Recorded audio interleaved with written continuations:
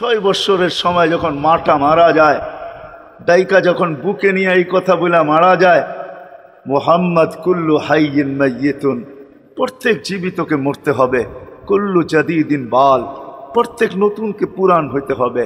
বিদায় বেটা আমি চললাম বইলা জ্বরের ভিতরে জানটা যখন দিয়া দিছেন, হায় হায় আমার মনে হয় আল্লাহ কি করে সইছেন জানি না, এই 6 বৎসরের ছেলে মার বুকের উপরে উঠা মনেই না কত চিৎকার দিছে। এখানে গেলে এরকমই দৃশ্য ভাসে, মনে হয় যে ছেলেটা চিৎকার দিতেছিল, আম্মা আম্মা, বাবাও নাই তুও নাই, একটা ভাইও নাই একটা বোনও নাই, কোথায় চলে গেলি?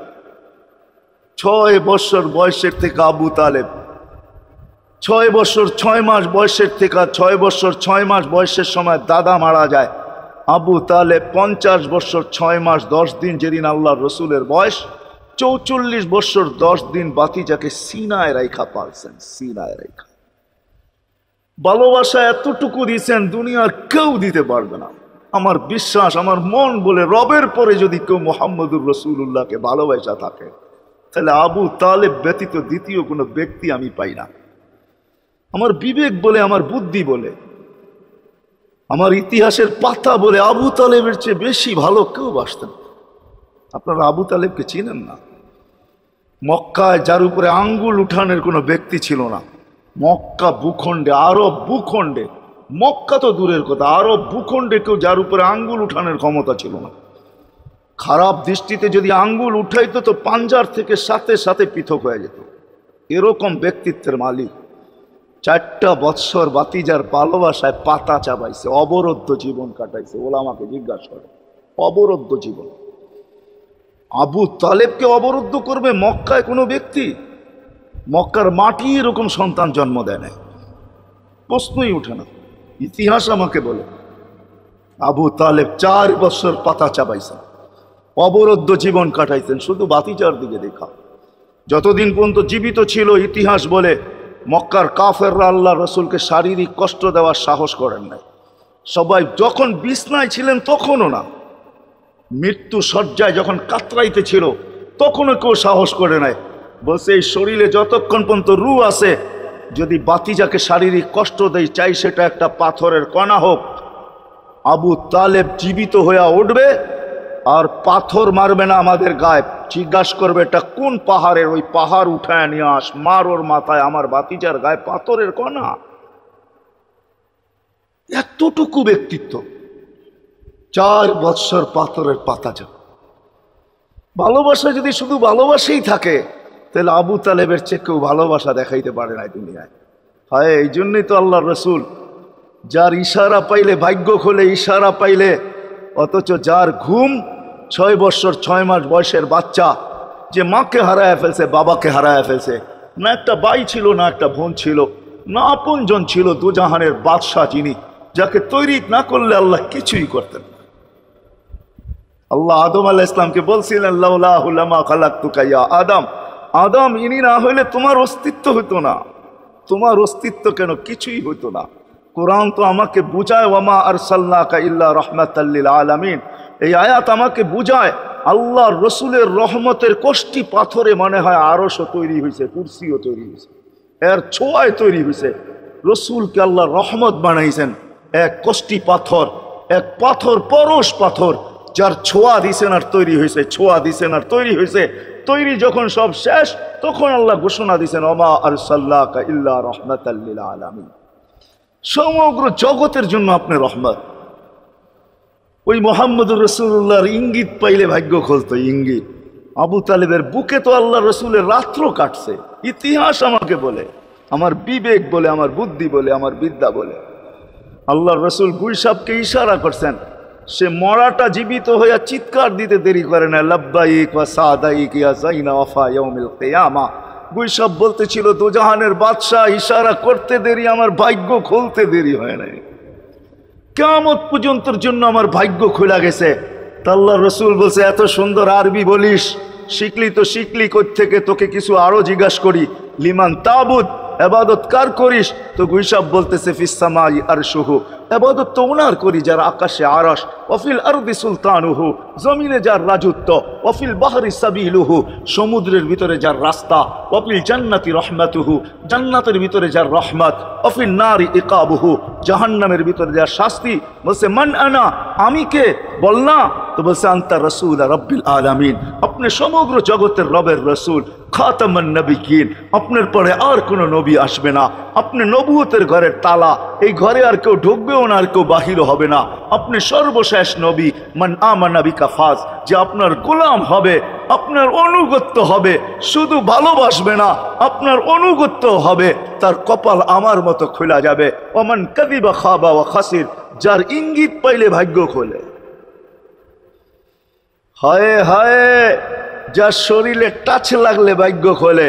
আল্লাহ রসুল জুমার নামাজ পড়াইতেন খেজুর গাছের উপরে পিঠ লাগায়া। ওই সময় মেম্বর ছিল না, কে জানি কোত্থেকে মেম্বরের প্রযুক্তি শিখা আসছে। আইসা বলছে ইয়া রাসূলুল্লাহ, মেম্বর বানায়া দেই। আর কতদিন দাঁড়ায় দাঁড়ায় খুতবা দিবেন? মেম্বরে উঠবেন, বসবেন, খুতবা দিবেন। তো খুদ মেম্বর যখন বানায়া দিছে, আল্লাহ রসুলেরও পছন্দ হয়েছে, দাঁড়ায় দাঁড়ায় আর কতদিন খুতবা দিব? মেম্বরে পা রাখতে দেরি, শুকনা খেজুর গাছ বাচ্চার মতো কাঁদতে দেরি করে নাই। আল্লাহু আকবার। শুধু কাঁদে নাই, সে তো বলতেও ছিল মনে হয় আমার কাছে যে শুধু কাঁদে নাই, বিলাপ করতেছিল সে। কোত্থেকে এই ব্যক্তি আসলো, সে কোত্থেকেই মেম্বরের প্রযুক্তি পাইল, আর মেম্বরই বা কোত্থেকে বানাইলো, আমাকে বঞ্চিত করলো তো করলো কেন? আল্লাহর রসুল তার কান্নার আওয়াজে নিচে নেমে আসছেন, হাত বুলাইতেছিলেন, সান্ত্বনা দিতেছিলেন, তোকে ছোঁয়া দিতে থাকবো, পায়ের নিচে রেখা দিব, তোর গায়ে ছোঁয়া দিয়া মেম্বরে উঠবো। আল্লাহর রসুল শান্ত করতে পারেন নাই। সর্বশেষ যখন বলছেন তোকে জান্নাতে নিয়ে যাব, তুই দুনিয়া আমাকে খেজুর খাওয়াইতে পারিস না, জান্নাতে নিয়ে যাব, তুই জান্নাতে খেজুর দিবি, আমি মন বইরা খাবো, তখন যে তার কান্না ঠান্ডা হয়েছে। মেরে দোস্ত, যার ছোঁয়া লাগলে ভাগ্য খোলে। আবু তালেব তো বুকে ঘুমাইত, মুহাম্মদুর রাসূলুল্লাহ তো আবু তালেবের বুকে ঘুমাইতেন। শুধু ছোঁয়া না, যাকে কাছের থেকে দেখলে ভাগ্য খোলে। আল্লাহ রসুল ঘুমায় আছে, জাবের রাদিয়াল্লাহু তাআলা আনহু পাহারা দিতেছেন।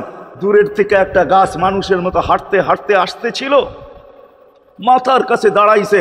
দীর্ঘক্ষণ দাঁড়ানোর পরে চলে যায় নিজের গায়ে জায়গায় লেগে গেছে। ঘুমের থেকে যখন উঠছেন তো বলতেছিলেন ইয়া রাসূলুল্লাহ, জাদু দেখলাম। কয় কিসের জাদু? কই গাছটা দূর থেকে আসলো, মানুষের মতো হাঁটতে হাঁটতে আপনার মাথার কাছে দাঁড়াইলো। দীর্ঘক্ষণ দাঁড়ানোর পরে আবার চলে যায় নিজের জায়গায় লেগে গেল। মনেই হয় না সে একবার উঠে আসছিল। আল্লাহর রসুল হাসতেছিল আর বলতেছিল, ও দূর থেকে আমাকে দেখতেছিল, ওর মন ভরতেছিল না। ও আল্লাহর কাছে দোয়া করছে, আল্লাহ তোমার হাবিব এত কাছে, আমি এত দূরে, একটু অনুমতি দাও না মাথার কাছে যায় একটু মন ভরা দেখি। হায় হায় হায় হায় হায়, ভালোবাসার জায়গায় ভালোবাসা থাকলে চলবে না, ওই দিকে নিয়ে যাইতেছি, লম্বা কথা হবে না। কেন না, আমার মেমোরি, আমার আইসি অনেক আগেই বন্ধ হয়ে গেছে, আমাকে 10টার আগে বসাইতে হবে, তাহলে আমার আইসি ওপেন থাকবে। 10টা বেজে গেল, এরপরে এটা অফ হয়ে যাবে, এটা আর খোলা যাবে না।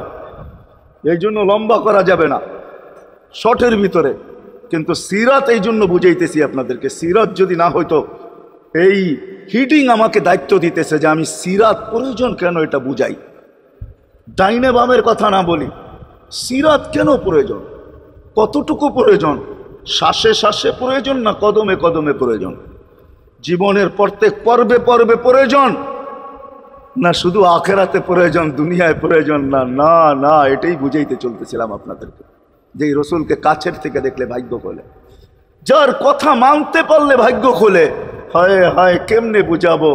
জানোয়ার চিনছে, আমরা চিনি নাই।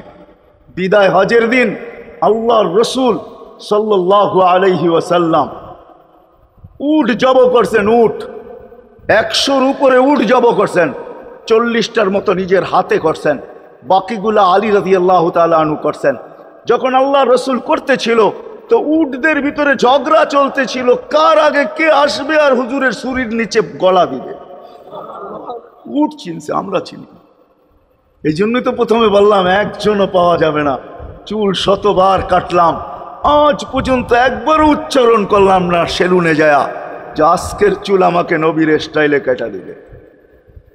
তোর সব স্টাইল, আমি নবীর স্টাইলে কাটতে আসছি, আমাকে নবীজির স্টাইলে কেটে দিবে। কি বলছেন কোনোদিন কেউ?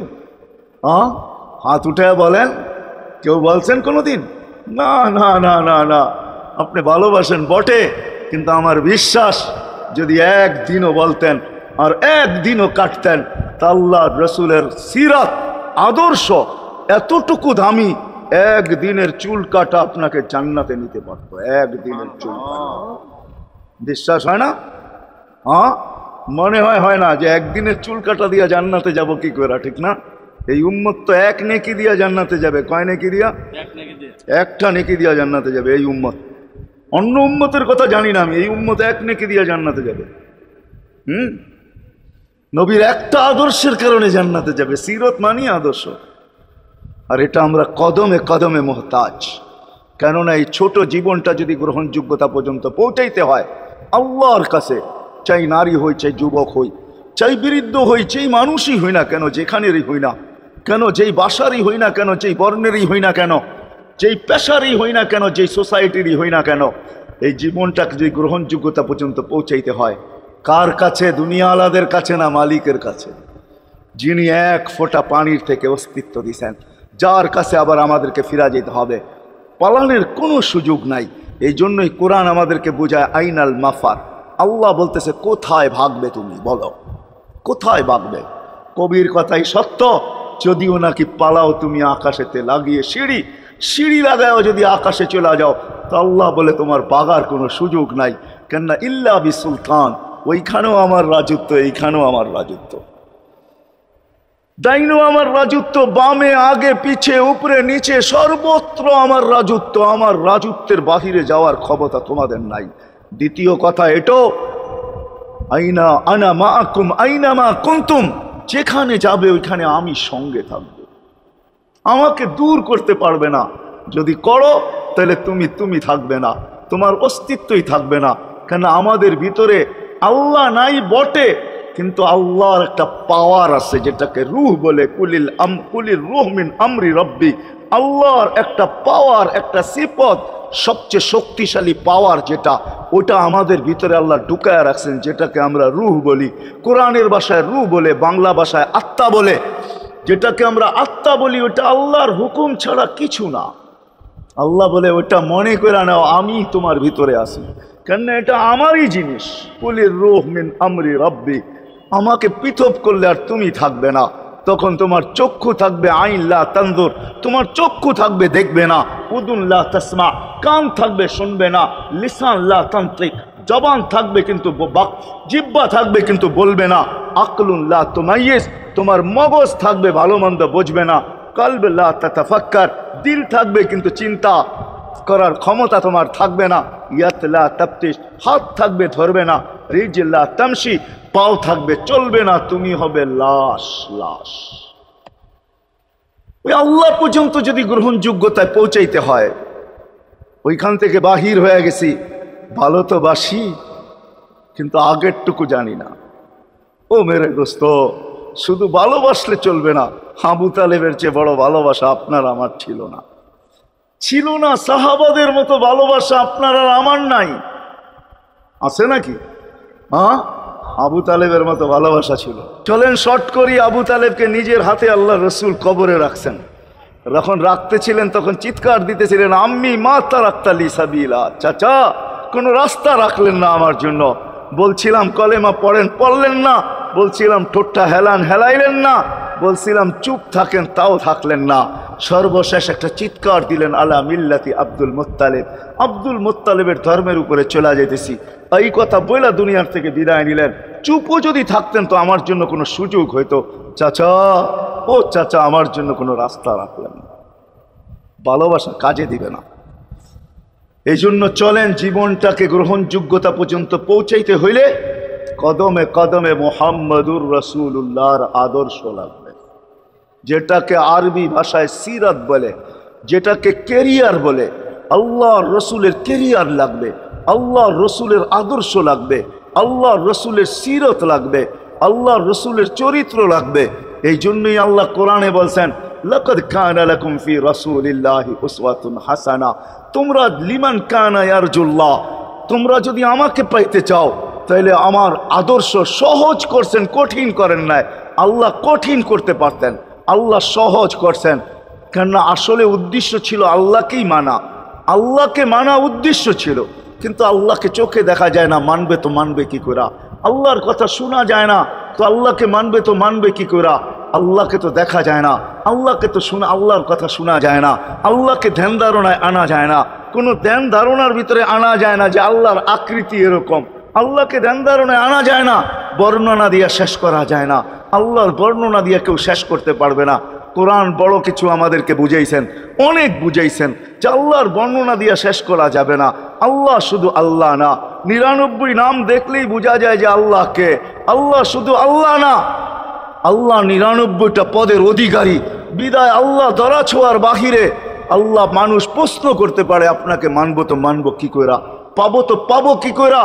তো আল্লাহ আসান করছেন যে আমার নবীর আদর্শের ভিতরে আমি লুকায়িত আছি। ফুলের ভিতরে যেরকম ঘেরান লুকায়িত থাকে, আমার নবীর আদর্শের ভিতরে আমি লুকায়িত। নবীর আদর্শ মানতে থাকবে, আমাকে পাইতে থাকবে। এই জন্যই রাসূলুল্লাহর আদর্শ দরকার, সিরাত দরকার, কেরিয়ার দরকার। আর কেন আপনি আদর্শ মানবেন না? জীবনটাই তো আপনার জন্য আমার জন্য ছিল, ঠিক না? চোখের পানি ছিল তো আপনার জন্য, চিৎকার ছিল তো আপনার জন্য, রাত ছিল তো আপনার আমার জন্য, দিন ছিল তো আপনার আমার জন্য। দুনিয়ার কোনো মুহূর্ত নাই যেখানে যে আপনাকে আমাকে ভুলে গেছেন, এমন কোনো মুহূর্ত নাই। আরশে যাইও আপনাকে আমাকে ভুলেন নাই। যখন আরশে গেছে আমার বিবেক বলে ওইখানে হারায়া যাওয়া দরকার ছিল। মুসা আলাইহিস সালামকে আল্লাহ আরশ থেকে নিজেকে দেখানোর জন্য তাজাল্লি দিছেন। শুধু তাজাল্লি, আকৃতি না, তাজাল্লি দিছেন। 40 দিন বেহুশ ছিলেন, 40 দিন, 40 দিন। অথচ বন্ধু দুইজনে পাশাপাশি বসা, কাবা কাউসাইনি আও আদনা ফাদানা ফাতাদাল্লা ফাআওহা ইলা আবদিহি মা আওহা, পাশাপাশি বসা আছেন। তীর ধনুক থাকলে আপনাদেরকে আমি দেখাইতে পারতাম কতটুকু কাছে ছিলেন। এরকম কাছে হারায় যাওয়া দরকার ছিল। আল্লাহ যখন জিজ্ঞাসা করছেন কি চাইতে আসছেন, আসআলুকা উম্মতি, এইখানে উম্মত চাবো না তো আর চাবো কি? এই সুযোগ পাবো আর পাবো কখন? এই টেবিলে উম্মত না উঠলে উঠবে কোথায়? এরকম কাছে হব তো হব কখন? এত কাছে পাবো তো পাবো কখন? এত কাছে হব তো হব কখন? এরকম পরিবেশ হবে তো হবে কখন? আপনি এরকম খুশি আবার হবেন তো হবেন কখন? আপনি আমাকে ডাইকা নিয়ে আসছেন, মেহমান বানায়া, আপনি মেজবান, উম্মত চাই। তা আল্লাহ জিজ্ঞাসা করছে এইখানে উম্মত?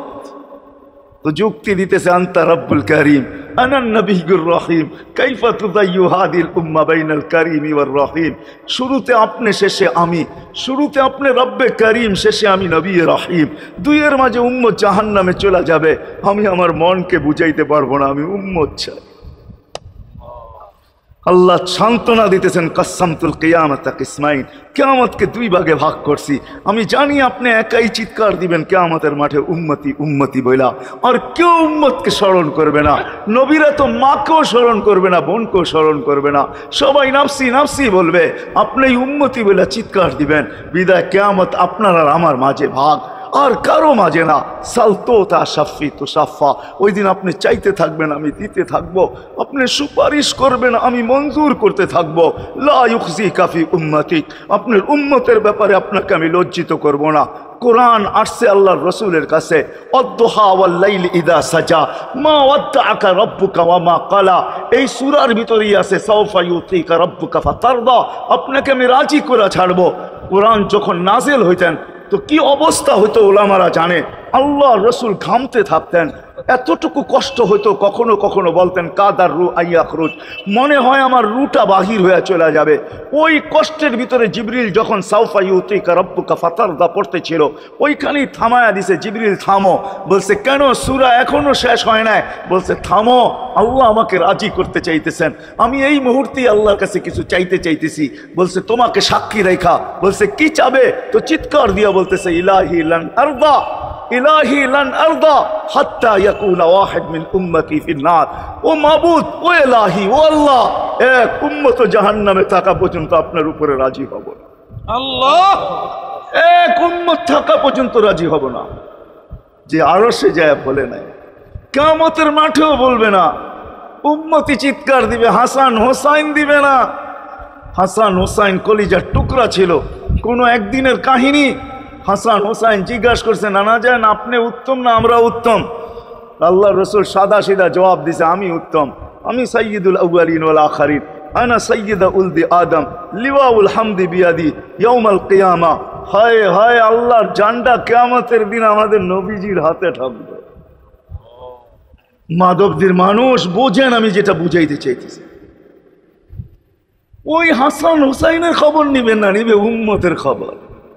জিজ্ঞাসা করছে, নানা যান আপনি উত্তম না আমরা? আল্লাহ রসুল বসে, আমি উম্মত। দুইজনে হাসতে হাসতে কুটা কুটা।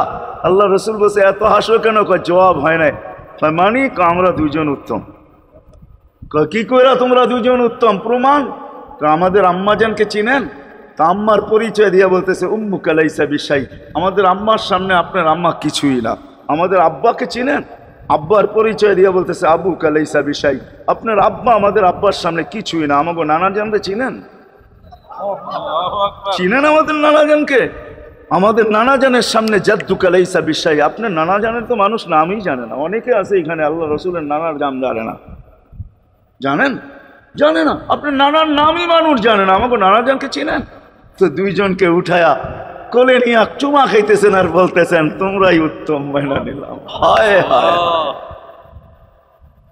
ও মাধবদের মানুষ যে কিয়ামতের মাঠে বলবেন, যে দুনিয়ার থেকে যখন বিদায় নিতেছিলেন, হায় হায়, মালাকুল মউত যখন অনুমতি চাইতেছিলেন, বুকে হাত রাখবো কি রাখবো না, তো বলছে অনুমতি দিব, আইনা আখি জিবরিল, আমার ভাই জিবরিল কোথায়?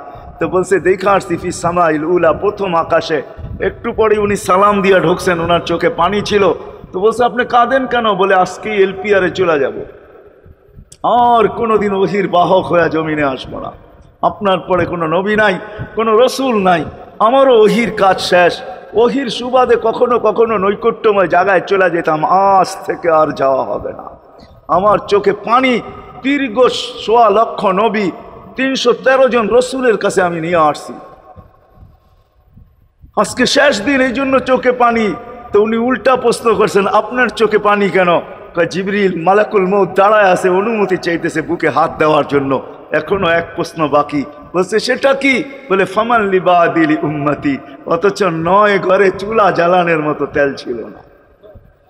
খাওয়া তো দূরের কথা, বাতি জ্বালানোর তেল ছিল না। আম্মা জান আয়েশা রাদিয়াল্লাহু তাআলা আনহা বলেন, যদি তেল থাকতো তো খিদার তাড়না এতটুক ছিল, আগে তেল পান করে নিতাম। হাদিস উঠায় দেখেন, লেখা আছে ৯ ঘর ছিল, ৯ ঘর।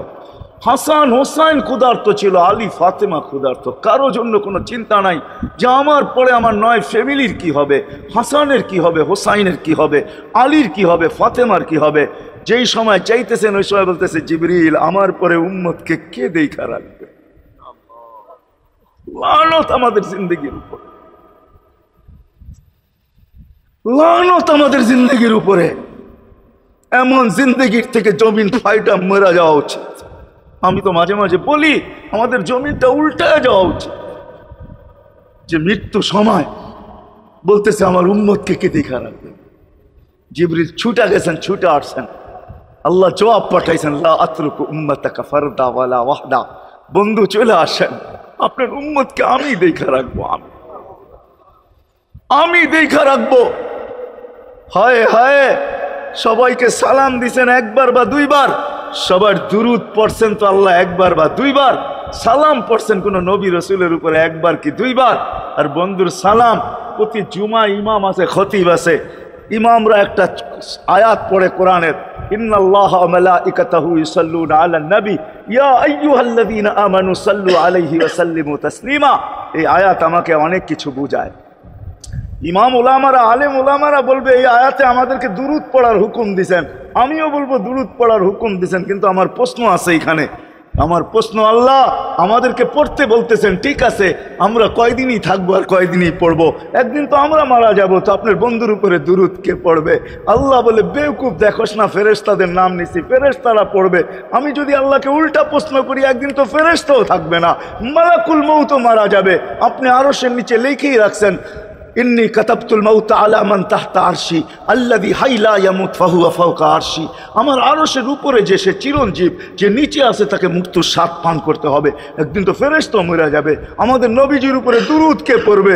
আল্লাহ বলে, গণ্ড মূর্খ, তুই দেখোস না প্রথম আমার নামটা আল্লাহ লেখা আছে, ইন্নাল্লাহ, আমি আল্লাহ পড়তে থাকবো, আমি আল্লাহ চিরঞ্জীব, আমার বন্ধুর দুরূদ কখনো বন্ধ হইতে দেই না, আর দিব না। হায় হায় হায় হায় হায়, ওই রসুল। আল্লাহ বলে উম্মতকে আমি দেখা রাখবো। জিবরিল বলতেছে ইন্নাল্লাহ ইয়ান্তাযিরুক, আল্লাহ আপনার অপেক্ষা করতেছে। উর্দু জগতে খুশির বন্যা বইতেছে। কেন? সব নাচতেছে উর্দু জগতে, এমনকি আরশ পর্যন্ত ঝুমতেছে। হাবিব ইউসিলুল হাবিব, আজকে বন্ধু বন্ধুর কাছে চিরদিনের জন্য চলে আসবে। খুশির বন্যা চলতেছে, অনুমতি দেন না। আল্লাহ উম্মতকে দেখা রাখবে যে মরার সময় চোখে পানি তো আমাদের জন্য পানি। চলেন শেষটা শুনায়া দিয়া শেষ করতেছি। লম্বা হাদিস আমি শর্ট করতেছি। তাহকিক উলামা ইকরাম করে নিয়েন, আমি শুনায়া দিয়া যেতেছি আপনাদেরকে। নফকা দুইটা হবে। প্রথমটাকে বলে কিয়ামতের জন্য, দুইবার সিংহায় ফু হবে। একবার ধ্বংসের জন্য, দ্বিতীয়টা হবে নফখাতুন নুশুর বলে এটাকে। দ্বিতীয়টা আমাদেরকে কবর থেকে উঠানোর জন্য হবে। কিন্তু সব মারা যাবে, আল্লাহ চারজনকে পয়দা করবেন কুদরত দিয়া। জিবরিল, মিকাইল, ইসরাফিল, মালাকুল মউত, চারজনকে পয়দা করবেন। জিবরিল আলাইহিস সালাম কাঁদতে থাকবে। তিনজন জিজ্ঞাসা করবে, কাঁদো কেন? এখনই ইসরাফিলকে সিংহায় ফু দেওয়ার হুকুম হবে নফকাতুন নুশুরের জন্য। আমাকে হুকুম হবে বন্ধুকে নিয়ে আসো মাকামে মাহমুদে। আমি মৃত্যুর পরেই ভুলে গেছি ওনার কবর কোথায়। তিনজন বলবে জমিনকে জিজ্ঞাসা করো। তো জমিনকে জিজ্ঞাসা করবে, জমিন বলবে কাদ দাক্কানি আল্লাহু দাক্কা ফানাসিতু। প্রথম সিংহায় ফুতে আল্লাহ এরকম ছানছেন, আমিও ভুলে গেছি রাখছি কোথায়। অনেক সময় হয় জিনিস যাবে খুঁজতেছে সারা ঘরে, ঠিক না? হয় না? হয় না? হ্যাঁ, জিনিস জ্যাবের ভিতরে, পকেটের ভিতরে, কিন্তু খুঁজতেছে সারা ঘরে খুঁজতেছে। পরে পকেটে হাত দিয়া যখন দেখে পাইছে, তো জিহ্বায় কামড় দিয়ে আসতে বেরিয়ে যায়, কেননা গর্ত গরম করে ফেলছিল। এখন গড়ালড়া পাইলে উল্টা এর উপরে গরম হবে, ঠিক না? রাখছো পকেটে, খোঁজো আমাদের কাছে, ঠিক না? আর কাম পাও না, ঠিক না? এখন এর উপরে চড়াই হবে। জমিন বলে আমিও ভুলে গেছি। ওই দিন আল্লাহ রসুলের কবর থেকে নূর বাহির হবে, নূর নূর নূর নূর, হাত্তা ইয়াসাদ আরশার রহমান, আল্লাহর আরশ পর্যন্ত পৌঁছবে। হুকুম হবে নিয়ে আসো। আসবে জিবরিল আলাইহিস সালাম, মারবে পর, চিনা মারবে পর, আর বলবে কুম ইয়া হাবিবার রহমান, আল্লাহর বন্ধু ওঠেন। ও মাধবদীর মানুষ, আপনার আমার হাবিব, আপনার আমার রসুল, যার আদর্শ আমাদের কদমে কদমে প্রয়োজন নিজের এই জীবনটাকে গ্রহণযোগ্যতা পর্যন্ত পৌঁছানোর জন্য। উনি কবর থেকে উঠবে, ওয়াহুয়া ইয়াবকি ওয়া ইয়াকুল, কাঁদতে কাঁদতে উঠবেন আর বলতে বলতে উঠবেন, জিবরিল আইনা উম্মতি, আমার উম্মত কোথায়? হায় হায় হায়। আসেন আজকে এই সিরত কনফারেন্স থেকে আমি তো আপনাদেরকে বুঝাইতেছি, আমার মন চায় জিনদেরকেও বুঝাই। ওদেরকে পাইলে ওদেরকে পায়ে ধরা বুঝাইতাম। জিন ইনসানকে বলতেছি, আসেন আজকে এই মজমার থেকে নবীর আদর্শ শিখেন। নবী আল্লাহ পাওয়া শুধু নবীর আদর্শের ভিতরে। এই জন্য আল্লাহ বলছে, লাকাদ কানা লাকুম ফি রাসূলিল্লাহি উসওয়াতুন হাসানা লিমান কানা ইয়ারজুল্লাহ, যে আল্লাহ পাইতে চায়। ওয়াল আগের আয়াত কি? ওয়াল ইয়াউমিল আখিরা, আর যে আখিরাত পাইতে চায়, আখিরাতের বাদশাহী যে চায়, যে আল্লাহকে পাইতে চায়, আখিরাতের বাদশাহী পাইতে চায়। দুনিয়া 60-70 বৎসরের, এখানে পাইলো যেমন, না পাইলো তেমনই। যে পাইছে তার জন্য সূর্যের গতি যতটুকু, ঋতু তার জন্য যেমন, ঘড়ির কাঁটা তার জন্য যেমন, যে পায় না তার জন্য সমানই। এখানের জীবন কেটে যাবে। বিদায় আসেন আজকে এই মজলিস থেকে প্রতিজ্ঞাবদ্ধ হই যে নবীর আদর্শের উপরে উঠব। আল্লাহ রসুল সুযোগ দিছেন আমাদেরকে। আমি শেষ কথা বলতেছি, আগে এখন তো ব্রিজ আর ব্রিজ, ফ্লাইওভার আর ফ্লাইওভার, ঠিক না? হয়তো 2-1 বছর পরে আমরা এটাও দেখব যে মাধবদীর ওই মাথার থেকে নিয়ে একবারে কোথায় পাঁচদোনা পর্যন্ত ফ্লাইওভার চলে গেছে, ঠিক না? গাড়ি উঠবে এখান দিয়ে ওইখানে যে নেমা যাবে, কোনো জ্যাম না জট, ঠিক না? হ্যাঁ, কিন্তু একদিন ছিল শাঁখো, ছিল আমাদের দেশে শাঁখো, চিনেন?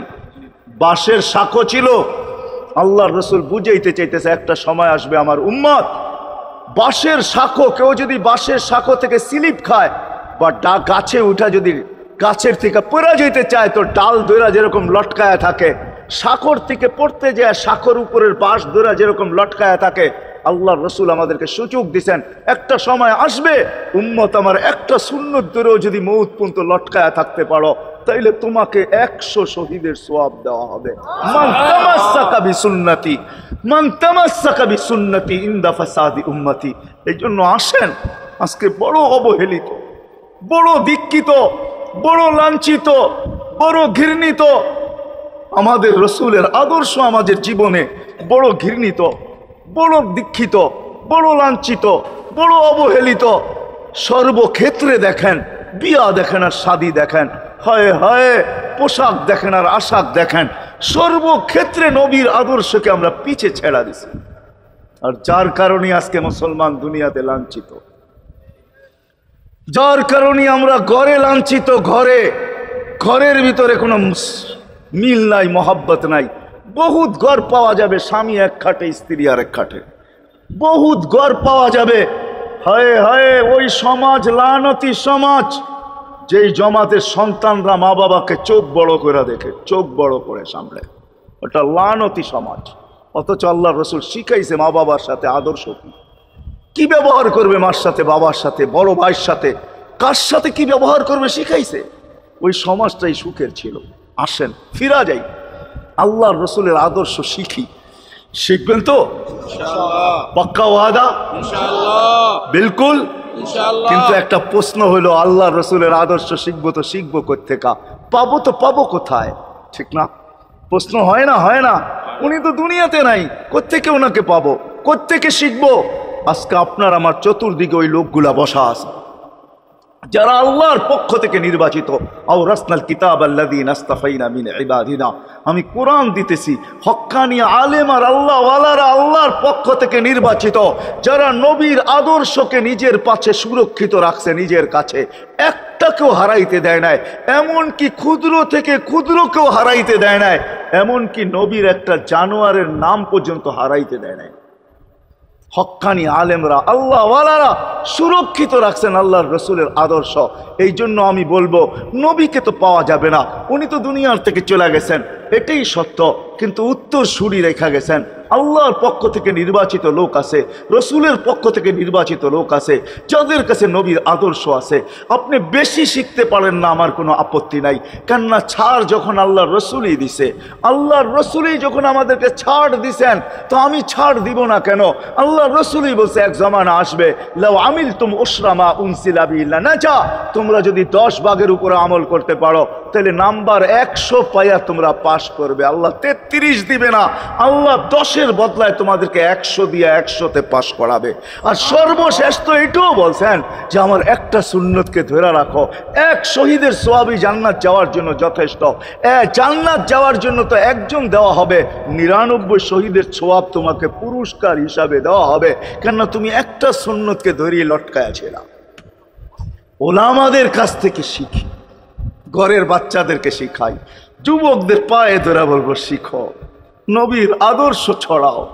সারাদিন ফেসবুকে কাজ করো, ফেসবুক দেখো, খোদার কসম হোয়াটসঅ্যাপ দেখো, ভাইবার দেখো, ইবু দেখো, তোমাদের মেধাগুলাকে নবীর আদর্শের পিছে লাগাও, নবীর শানের পিছনে লাগাও, যে নবীর শান কত বড়, কত বড় শানওয়ালা নবী আল্লাহ আমাদেরকে দিচ্ছেন, তার মর্যাদা কত বড়, তার পরিচয় তুলে ধরো, তার আদর্শকে তুলে ধরো, নিজের জীবনে আদর্শকে প্রতিফলিত করো।